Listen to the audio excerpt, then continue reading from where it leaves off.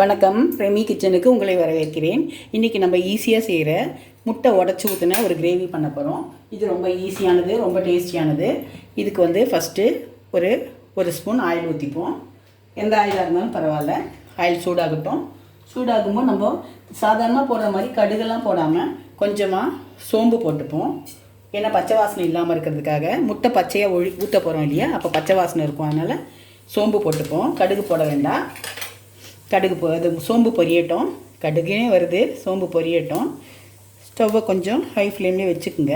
அதுக்கு பாதி சோம்பு பொரியும்போது கொஞ்சம் பூண்டை தட்டி போட்டுப்போம். முழுசாக போட்டால் எடுத்து வச்சுருவாங்க. தட்டி போட்டிங்கன்னா அதனுடைய சாரெல்லாம் நல்லா இறங்கி நல்லா வாசனையாக இருக்கும். அப்புறம் இந்த மாதிரி பச்சை மிளகாவை இப்படி பிச்சு போட்டுப்போம்.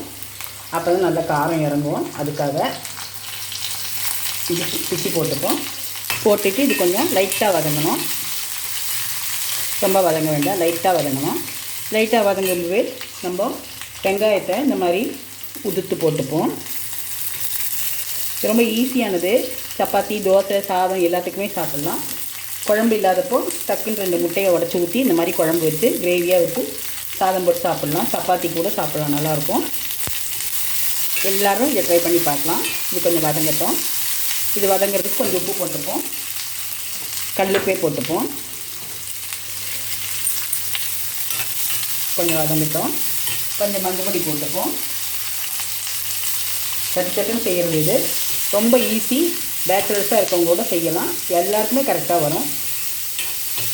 கொஞ்சம் வதங்கட்டும். இப்போ வெங்காயம் வதங்கிடுச்சு. வெங்காயம் வதங்கினோடனே நம்ம 2 தக்காளியை 2-3 தக்காளியை இந்த மாதிரி பேஸ்ட்டாக அரைச்சி வச்சுருக்கேன்.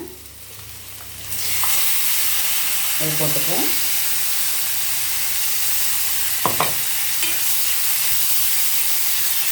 அதுவும் கொஞ்சம் வதங்கட்டும். தக்காளி கிரேவியாக வதங்கிடுச்சு. பொடியாக நறுக்கிட்டு நம்ம கொஞ்சம் மிக்சியில் போட்டு எடுத்துட்டோம்னா சீக்கிரமாக வதங்கிடும். அதுக்காக தான் மிக்சியில் போடுறது. அதுக்குன்னு ரொம்ப பேஸ்ட்டாக அரைச்சிட வேண்டாம். கொஞ்சம் தக்காளி தெரிகிற மாதிரி இந்த மாதிரி போட்டிங்கன்னா ஈஸியாக வதங்கிடும். இப்போ நம்ம அதுக்கு தேவையான மிளகாப்பொடி போட்டுப்போம். நான் ஒரு 1.5 ஸ்பூன் மிளகாப்பொடி போடுறேன்.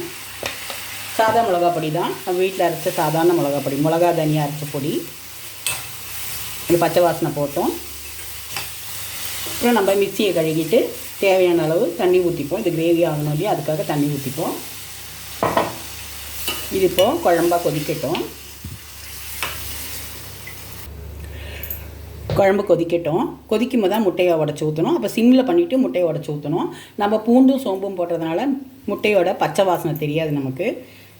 இது அப்படியே அந்த முட்டையை உடைக்காமல் அப்படியே உடச்சி ஊற்றிட்டு கலராமல் இருக்கணும். இப்போ குழம்பு கொதிக்கட்டும். கொதிக்கும்போது கொஞ்சம் கரம் மசாலா தூள் போட்டுப்போம். இது எல்லாமே முட்டையோட வாசனை, பச்சை வாசனை தெரியக்கூடாதுன்றதுக்காக. பச்சையாக உடச்சி ஊற்றுறோம் இல்லையா, அதுக்காக கொஞ்சம் போட்டால் போதும், ஒரு 1/4 ஸ்பூனு. ஏன்னா ஏற்கனவே நம்ம மிளகாப்பொடி போட்டிருக்கோம். இப்போ நம்ம ஸ்டவ்வை சிம்மில் பண்ணிவிட்டு முட்டையை உடச்சி ஊற்றுவோம். முட்டையோட ஓடு விழாமல் பார்த்து உடச்சி ஊற்றணும்.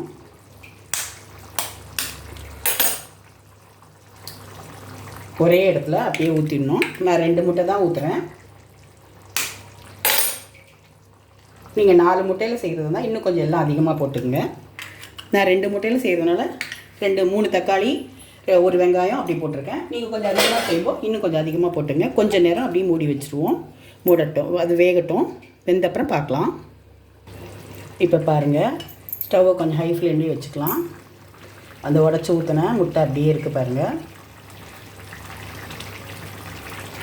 அது அப்படியே நம்ம திருப்பி போட்டுப்போம்.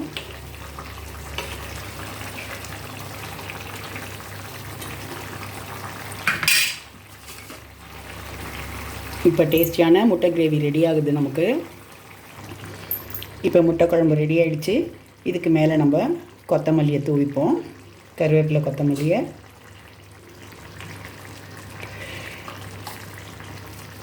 கரண்டி போட்டு கலக்காமல் இருக்கணும். கலக்காமல் இருந்தீங்கன்னா இந்த முட்டை அப்படியே கரெக்டாக நமக்கு வெந்து கிடைக்கும். இப்போ பாருங்கள், முட்டை ஒரே பக்கமாக வெந்து கிடச்சிருக்கு பாருங்கள். இந்த மாதிரி இருக்கும். இந்த மாதிரி நம்ம திருப்பி போட்டோன்னா அது அப்படியே வெந்துடும். ஸ்டவ்வோட சூட்லேயே அது வெந்துடும். இப்போ முட்டை கிரேவி நமக்கு ரெடி ஆகிடுச்சு. இப்போ காரம் உப்பெல்லாம் சரியாக இருக்கா பார்த்துப்போம். கொஞ்சம் அந்த முட்டையை அப்படியே திருப்பி போட்டுப்போம்.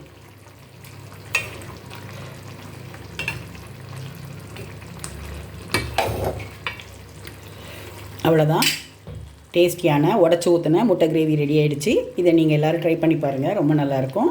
குழந்தைங்களுக்கும் பெரியவங்களுக்கும் எல்லாருக்குமே ரொம்ப பிடிக்கும். சப்பாத்திக்கு, தோசைக்கு, சாதத்துக்கு எல்லாத்துக்குமே ரொம்ப டேஸ்டியாக இருக்கும். அவசரமாக நமக்கு எதாவது செய்யணுன்னா இந்த மாதிரி செய்து சாப்பிட்லாம். இது எப்படி இருக்குன்னு எல்லோரும் சமைச்சு சாப்பிட்டுட்டு எனக்கு கமெண்ட் பண்ணுங்கள். ரெமி கிச்சன் எல்லோரும் சப்ஸ்கிரைப் பண்ணுங்கள், லைக் பண்ணுங்கள், ஷேர் பண்ணுங்கள். தேங்க்யூ.